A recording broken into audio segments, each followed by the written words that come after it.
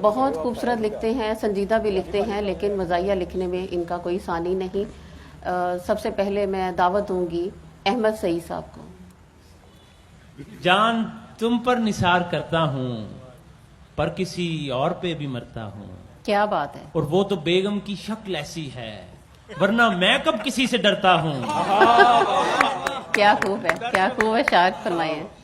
جان تم پر نثار کرتا ہوں پر کسی اور پہ بھی مرتا ہوں، اور وہ تو بیگم کی شکل ایسی ہے ورنہ میں کب کسی سے ڈرتا ہوں۔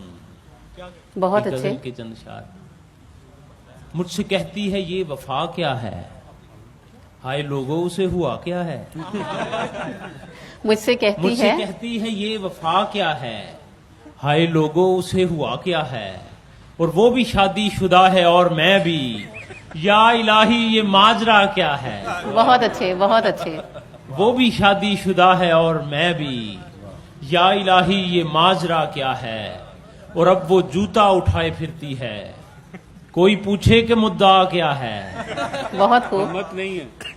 اب وہ جوتا اٹھائے پھرتی ہے، کوئی پوچھے کہ مدعا کیا ہے، اور شادی مہنگا تو کھیل ہے لیکن مفت ہو جائے تو برا کیا ہے۔ بہت اچھے، بہت اچھے، اچھا ہے۔ شادی، بہت شکریہ۔ شادی مہنگا تو کھیل ہے لیکن مفت ہو جائے تو برا کیا ہے۔ یہ بہت نوجوان ہے نا، اس لیے واہ زیادہ نہیں۔ اور تم ہی بن جاؤ میری دلہنیاں۔ اصل میں آپ کی آنکھ کو سمجھ رہا ہوں، اس لیے واہ کہہ رہا ہوں۔ یہ ہم سب کی آہ ہے۔